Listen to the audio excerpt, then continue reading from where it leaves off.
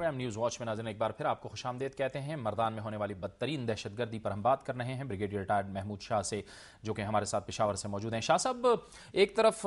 ظاہر ہے کہ افغانستان سے انخلا ہے امریکہ کا، دوسری طرف یہ ریمنڈ ڈیوس والا معاملہ ہو گیا ہے جس کے بعد امریکی پریشر بھی اب پاکستان پہ آ گیا ہے۔ دوسری طرف ہم نے یہ بھی دیکھنا ہے کہ ظاہر ہے کہ یہ بات بھی اہم ہے کہ جب تک افغانستان میں امن نہیں آئے گا تو پاکستان کے بھی مختلف علاقوں میں امن نہیں آئے گا۔ جی بالکل جاوید اقبال صاحب، میں آپ سے ایگری کرتا ہوں۔ دراصل ابھی جو یہ سال ہے یہ کافی کروشل ہے، اور خاص کر یہ گرمیاں جو ابھی سے شروع ہو رہی ہیں افغانستان میں طالبان اور یو ایس کی ایکٹیویٹیز کے لحاظ سے، اور اس کا فال آؤٹ ہماری طرف بھی آئے گا، اور ہمارے طالبان بھی اپنے آپ کو ری ایسرٹ کرنے کی کوشش کریں گے۔ تو میرے خیال میں ہم نے بھی اس سال میں ایک ٹارگٹ ہی رکھنا چاہیے کہ اگر ہم اپنے قبائلی علاقوں پہ کنٹرول واپس حاصل کر سکیں، اس میں باقی قبائلی جیسے میں تقریباً ہمارا کنٹرول ہے بغیر شمالی وزیرستان کے، اور میرے خیال میں وہاں پر بھی کوئی پارشل آپریشن ہمیں سوچنا چاہیے، اور اس سال کے آخر تک یعنی NWFP میں خیبر پختونخوا میں حالات پچھلے سالوں کے مطابق بہتر ہے، مگر قبائلی علاقے میں میرے خیال میں ابھی ضرورت ہے کہ ہم کچھ کریں۔ بہت بہت شکریہ، بہت بہت شکریہ۔ بریگیڈیئر ریٹائرڈ محمود شاہ دفاعی تجزیہ کار ہم سے گفتگو کر رہے تھے، اور ان کا کہنا تھا کہ شاید قانون نافذ کرنے والے اداروں اور سیکورٹی فورسز کی جانب سے تھوڑا سا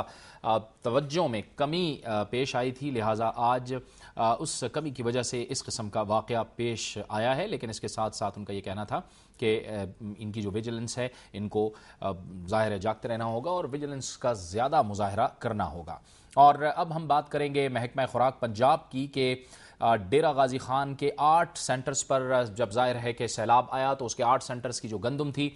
وہ خراب ہو گئی۔ وہ گندم اس حد تک خراب ہو گئی کہ وہ سیاہ ہو گئی اور زہریلی گندم تھی، لیکن اس کے باوجود محکمہ خوراک پنجاب کی جانب سے اور DG خان کے محکمہ خوراک کی جانب سے اس گندم کو نیلام کر دیا گیا۔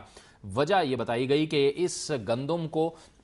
جانوروں کے لیے استعمال کیا جا سکتا ہے، اس کے لیے ایک اشتہار دیا گیا جس کے بعد اس گندم کو نیلام کر دیا گیا۔ جب لوگوں نے یہ گندم خریدی اور اس کے بعد جانوروں کو یہ گندم دی تو اس سے نتائج سامنے یہ آئے کہ کئی بھینسیں اس سے ہلاک ہو گئیں۔ ایک جو دعوے دار ہے جس کا نام عبدالرزاق ہے، اس نے چیف جسٹس آف پاکستان سے یہ اپیل کی ہے کہ ان کے دکھوں کا مداوع کیا جائے اور ان کے ساتھ جو ناانصافی ہوئی ہے اس کا بھی کوئی حل کیا جائے، کیونکہ انہوں نے جب یہ گندم مختلف علاقوں میں بیچی جس میں سوراب گوٹ میں بھی بیچی گئی تو اس میں اطلاعات یہ آئی کہ 16 بھینسیں اس گندم کو کھانے سے ہلاک ہو گئیں۔ محکمہ خوراک پنجاب کی جانب سے یہ دعویٰ کیا گیا تھا کہ یہ زہریلی گندم ہے، یہ دعویٰ کیا گیا تھا کہ یہ گندم جانوروں کو دی جا سکتی ہے، حالانکہ یہ اس قدر زہریلی تھی کہ اس سے بھینسیں ہلاک ہو گئیں۔ اس کے ساتھ ساتھ پنجاب کے مختلف علاقوں میں بھی کئی بھینسیں اس سے ہلاک ہوئیں اور بیمار ہو گئیں۔ اب وہ لوگ کہتے ہیں جنہوں نے یہ گندم خریدی ہے کہ ہمیں دھمکیاں دی جا رہی ہیں اور ہم سے تاوان وصول کرنے کا کہا جا رہا ہے۔ بارہا سیکرٹری خوراک پنجاب سے انہوں نے رابطہ کیا، لیکن اس حوالے سے سیکرٹری خوراک پنجاب کی جانب سے کوئی بات سامنے نہیں آئی۔ اس کے بعد nuclear institute for agriculture and biology نایاب فیصل آباد سے اس گندم کے حوالے سے رپورٹ لی گئی، اور اس رپورٹ میں یہ بات واضح طور پر کہی گئی کہ ایون یہ گندم جانوروں کے استعمال میں بھی نہیں ہے۔ کیوں کر ایسا ہوا؟ محکمہ خوراک پنجاب کی جانب سے اس پر بات کرنے کے لیے ہمیں جوائن کیا ہے وزیر خوراک پنجاب جناب چودھری عبدالغفور نے۔ بہت شکریہ چودھری صاحب۔ یہ آپ دیکھ رہے ہوں گے، ڈاکومنٹس بھی دیکھ رہے ہوں گے، یہ گندم بیچ دی گئی ڈائریکٹر خوراک DG خان کی جانب سے، آپ کا محکمہ اس میں انوالو ہے، اور اب صورتحال یہ ہے کہ اس سے پہلے ظاہر ہے کہ اس گندم کا ٹیسٹ ہی نہیں کروایا گیا اور اس کو اسی طرح نیلام کر دیا گیا۔ آپ کے علم میں ہے یہ بات؟ دیکھیے جاوید صاحب، آپ کا بہت شکریہ۔ یہ سٹارٹ میں ہوا تھا جس وقت گندم پانی کی وجہ سے خراب ہوئی تھی، اور وہ پانی ان ایریاز میں بھی آ گیا جہاں 100 سال سے کبھی فلڈ کا پانی نہیں آیا تھا۔ اب اس میں کس کی کیا نیگلیجنسی تھی کیا نہیں تھی اس کو بھی ہم نے دیکھا بالکل، لیکن یہ تو ایک ایسا ڈیزاسٹر تھا، یہ اللہ کی طرف سے ایک آفت تھی جس کا پوری قوم نے جس کو فیس بھی کیا، اور اللہ کے کرم سے وہ ہم سے ٹل بھی گئی ہے۔